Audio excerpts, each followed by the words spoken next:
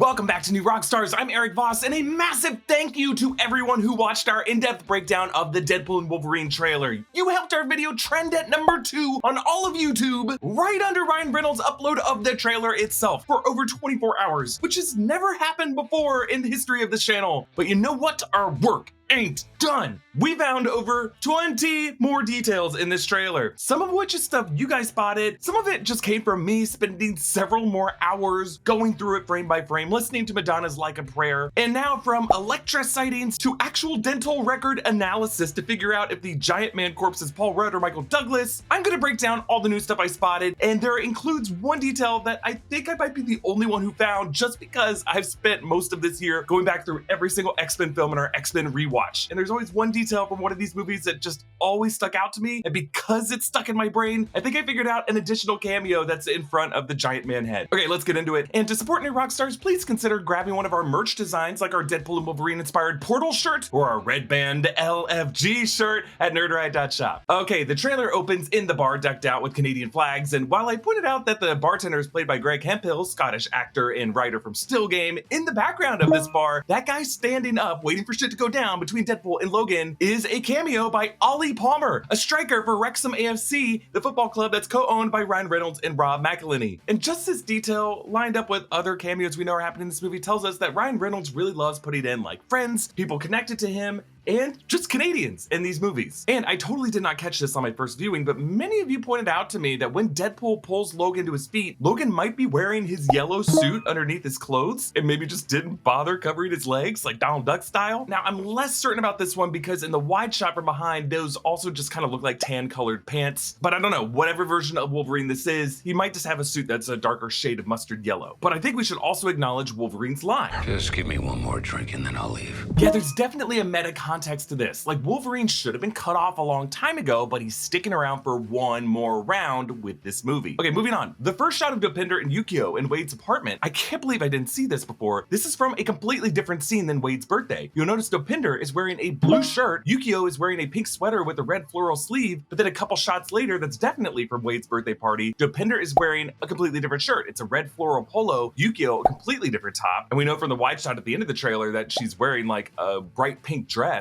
So this means that the first shot of Dopinder and Yukio must come from a different part of the movie, maybe later in the movie, like when Wade makes it out of all of this okay, and he's like Dorothy waking up back at home because, you know, he blew out the candle. This kind of seems like a Make-A-Wish type plot. My Wizard of Oz dream story, what I would consider in like my every movie is trying to be either the Wizard of Oz or Citizen Kane theory to be like a Wizard of Oz type movie, right? But maybe this could be halfway through the movie, and when Wade tries to revisit his birthday party, he realizes, wait, everyone's wearing the wrong clothes. I must be in the wrong reality. It's kind of like, you know, the Homer Time and Punishment Treehouse of Horror story. Now, perhaps the most fun new detail, and I think the first to spot this was an account named Multiverso Marvel, but lots of other people have been talking about it. When Deadpool and Wolverine fight, Wolverine's fight choreography is the exact same combination of the Flash Thompson versus Peter Parker fight from the 2002 Sam Raimi Spider-Man film. Left, right, hook over the head, uppercut. In that instance, it was Tobey Maguire versus Joe Manganiello. And just like Tobey, Deadpool dodges each of these blows. Now, jab, jab, hook, undercut is kind of basic fight choreography. It's possible it's just a coincidence. But many of you have been buzzing in the past week about this movie's post-credit scene because Scooper account My Time to Shine, hello, claimed the post-credit scene in this movie will be so mind-blowing and they can't believe they were able to pull it off without anyone knowing. And in response to this tweet, Deadpool co-creator Rob Liefeld, who was referenced in one of the best Easter eggs of the trailer with Liefeld's Just Feet orthopedic solutions and not to his infamous struggle to draw feet, Liefeld responded, he's ain't lying to you. The punctuation was set in context, and it is believed that My Time to Shine Hello might be a woman, but either way, take this with a grain of salt because My Time to Shine Hello ain't always right, and we don't really know if Rob Liefeld would even know what the post-credit scene in this movie is. But Rob Liefeld has been pretty close to production. He did cameo in the 2016 Deadpool film, and it's at least possible that Ryan Reynolds could have let him read the script or just told him what the plan was. The reason I even bring it up is that for it to be something that would be really hard to pull off without anyone knowing would suggest that they're talking about like a major actor actor cameo whose travel schedule they wouldn't be able to justify in any other way than being in this movie. Like, think about it. Big A-list actors, Tom Cruise or Keanu Reeves, Robert Downey Jr., they're constantly working and they're traveling around the world for shoots and for press tours. So if one of them drops by, say, Atlanta or the UK, which are the shooting locations for this movie, and then they just happen to be spotted by fans in those cities, it's not really that unusual. It doesn't really make the news. But for someone like, say, Tobey Maguire, who in the past decade has been more selective about his film work and his press tours, when this guy shows up to wardrobe houses for fittings, that kind of thing generates buzz within the Scooper community. And that's exactly how the fandom got wind that Tobey Maguire and Andrew Garfield were going to appear in Spider-Man No Way Home. That started to get leaked like a year before the movie came out, and here we are just a few months away from Deadpool and Wolverine, and we haven't gotten confirmations on all the cameos in it. And since that Tobey Maguire cameo was validated for No Way Home, you can imagine any future MCU cameo would be especially difficult to keep under wraps for this actor. So a Deadpool and Wolverine post-credit scene that introduces Deadpool to Tobey Maguire, Peter Parker, Spider-Man seems like what these guys are hinting at. So add that to the fight choreography parallel and the various nods to Spider-Man that Deadpool has made throughout these films, from the repeated "go get 'em tiger" phrases that was MJ's catchphrase, and the fact that Wade attends his birthday party in this movie and this trailer wearing a tiger shirt. I don't know, I just kind of want to see Deadpool tell Tobey Maguire, go get a tiger, and slap his butt. All right, moving on. One detail I spotted before was the DR on the butt of one of Deadpool's new adamantium katanas. Deadpool's previous swords were called B and Arthur, but these are different, and we're only able to see one of them and it says DR. Many of you responded, the first I saw in our comments was Michael Miucci 6594, that the other handle could be labeled BS. So these initials would stand for Dorothy, Rose, Blanche, and Sophia, so we get all four Golden Girls here. Okay, so Deadpool shows Wolverine his photo of his friends, Dopinder, Yukio, Blind Owl, Vanessa, Buck, Colossus, Peter, Shatterstar, and Negasonic Teenage Warhead. Now, Wade is not in this photo, presumably he was the one who took it, but our viewer, Betzone, had an amazing interpretation that they said came from their kid, that Wade could be keeping this photo like Marty McFly's photo of his family in Back to the Future, in order to check on his status of his home universe and know what everyone was wearing when they took the photo. If they fade from the photo or their appearances change or don't line up with what's in the photo,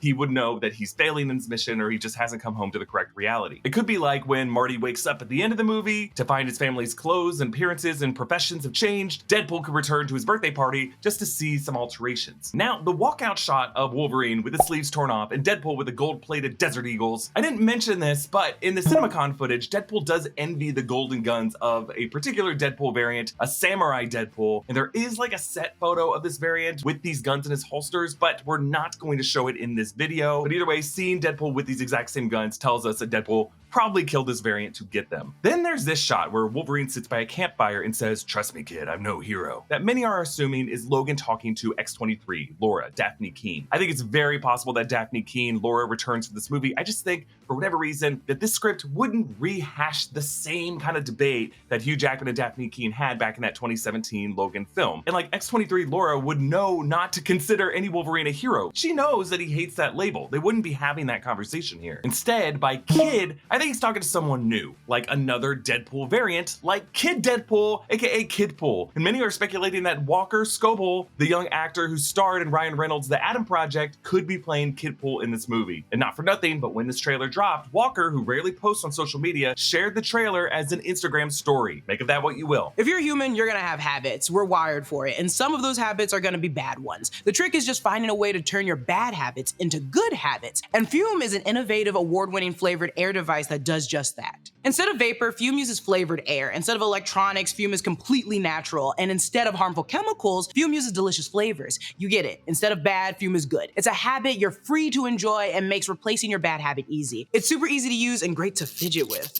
Oh my God, it's addicting. Fume comes with an adjustable airflow dial and is designed with movable parts and magnets. All that tactile stuff is super helpful for de-stressing anxiety while breaking your habit. Plus, Fumes just released a magnetic stand for your Fume, so there's no more losing it around the house. It's built with fidgeting in mind, so you can spin your Fume around on it. Start the year off right with a good habit by going to tryfume.com/newrockstars and getting the Journey Pack today. Fume is giving listeners of the show 10% off when they use my code NEWROCKSTARS to help make starting the good habit that much easier.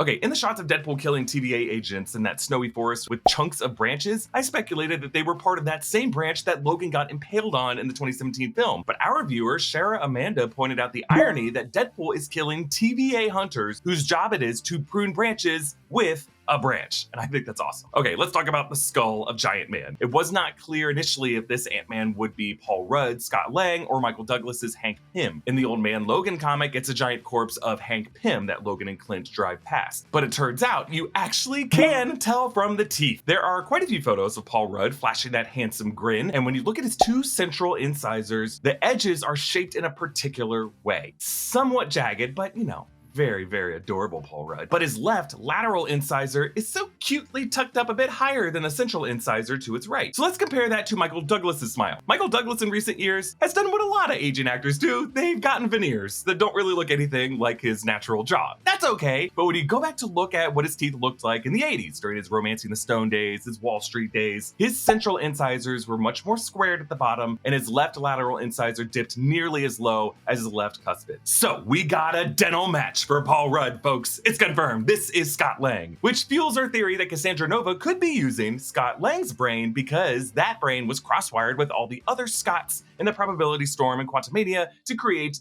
a multiversal neural network that she can hijack with her DIY cerebro structure. Okay, next new detail. In this money shot of the Ant-Man helmet opening with the mutant cameos, we were able to identify Azazel, Lady Deathstrike, Toad, Callisto, Sabretooth, Pyro, and Punisher villain the Russian. And I was racking my brain trying to figure out who this guy is in the trench coat between Lady Deathstrike and Toad. The other scavengers are all wearing generic kind of scavenger, scrappy costumes, kind of Mad Max Fury Road-ish. They might be red shirts who are just part of this group, but this one guy is positioned front and center, and he's gotta be specific. Some people were saying Terry Crews, thinking maybe Bedlam could return from Deadpool 2, but I don't think that's the case. Bedlam was part of the X-Force. He was one of Wade's friends. He would not be standing with the villains. Also, Terry Crews is 6'2". He would be towering over Kelly Hu, and even if he's just a little behind her, he would still be taller in this shot. But then I think I figured it out. Thank God I did the X-Men rewatches. I'm not certain, but I think this guy is retired Canadian mixed martial artist Lance Fearless Gibson, who's not just a 5'9" Canadian fighter who you know Ryan Reynolds would respect. Gibson also had a modest acting career and is most famous arguably for playing the member of the Mutant Brotherhood Spike in 2006's X-Men The Last Stand, who somewhat memorably flings bone spikes at Wolverine through the trees until Wolverine stabs him in the chest. A sequence that Brett Ratner added because without a foe in the sequence, Wolverine just kind of looked like he was murdering a bunch of innocent mutants who were camping. If this is Lance Gibson Spike, it would be hilarious to position him alongside these other, arguably more memorable X-Men villains, because even Universe 10005 Wolverine would look at him and be like, wait, which one were you? Okay, so after this shot is a very brief image of Deadpool waving at someone from behind a pane of glass with this interesting glowing wall behind him. I was trying to figure out where this is, but when you go through this frame by frame, there is someone in the foreground with messy hair and specific hair follicles sticking out of the side of their head, and I'm pretty sure this is Wolverine. I think this must be some kind of TVA containment cell. Like that window is aglow with the temporal loom on the other side of it. So earlier when Wolverine drops to the floor of the TVA looking dazed, I think it's after they put him in whatever this cell is. So the order of it would go, Deadpool finds Wolverine in the bar, he brings him to the TVA, and then the TVA suits up Wolverine with like a classic comic book suit the way they gave Deadpool a new suit, and then they send both of them on this new mission to this post-incursion wasteland, maybe to take out Cassandra Nova. Okay, so in this Mad Max Fury Road shot, we're calling it, I already found quite a bit in it. This tank that's being towed is the machine that we saw in the Super Bowl trailer that uses the Canadarm, and the focus dish that looks like it has the Bifrost burn pattern. And I pointed out that one of the motorcycles, the one closest to us, is the Hydra motorcycle from Captain America: The First Avenger. But to the immediate right of that, I think, is the 1963 Harley-Davidson Panhead FLH that Wolverine drives in X-Men Origins. But I will say the headlamps look a bit different. Also, I just noticed that the tank has a red port light and a green starboard light, which as a kid, growing up in Florida, I got my boat license before I got my driver's license, and I do remember that these are used in boats to just signal to each other at nighttime what side to pass each other on, and you always pass on the green starboard side. You know, green means go, red means stop. But you know, there's always some drunk assholes who are like, I don't know what I'm doing, I just put my boat in the ramp. But if you pause this shot at the very top of it, inside that spherical cage, that is an imprisoned TVA agent, and I'm pretty sure that's the handcuffed one who gets snatched up by Eliath in the Super Bowl trailer. I think what they do is they find other scavengers and they give them to this giant incursion beast as kind of like a sacrificial tribute. Okay, in this shot, when Wolverine tries to attack Cassandra Nova inside of her headquarters, light pours in from the back of it, which is just probably a practical matter to bring some natural light into the scene, but think about it. A huge crack existing in the back of this giant man's skull, presumably this would be how he died. So who killed him? Was he in that fight with a giant yellow jacket, and that's why we saw his helmet or maybe his head in Loki episode 5? Okay, when Wolverine and Deadpool lunge forward from their blue van inside of the compound, notice the passenger door, the back sliding door, and the back hatch are all open. If it were just Wolverine and Deadpool coming out of this car, only the driver's side and the passenger door would be open. So that means at least 2 others must have been joining them on this raid. And if you actually go through this charge frame by frame, you actually do see one of them. Hidden behind another fighter in the foreground of this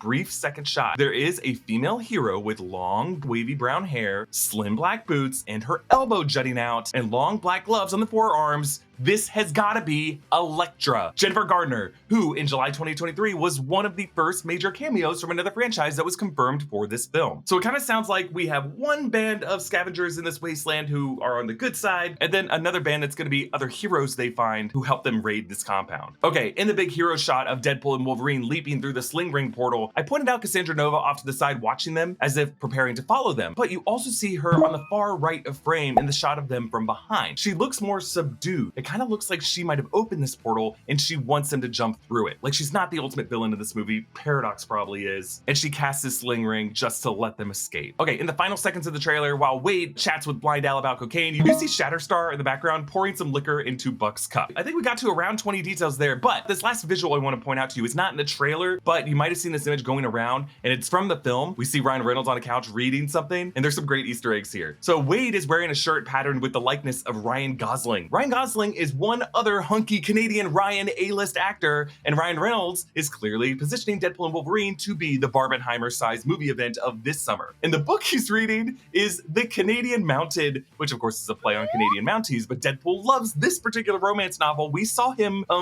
enjoying it in the 2016 Deadpool with his stuffed unicorn, and his book did come back up in the 2018 Deadpool 2. Okay, that's over 20 more details I spotted in Deadpool and Wolverine. If I didn't cover something in this video, it's probably in the first one. Comment down below with your thoughts. Follow me at EA Voss. Subscribe to all 3 channels of the new Rockstars network for breakdowns and news coverage of everything you love. Thanks for watching. Bye.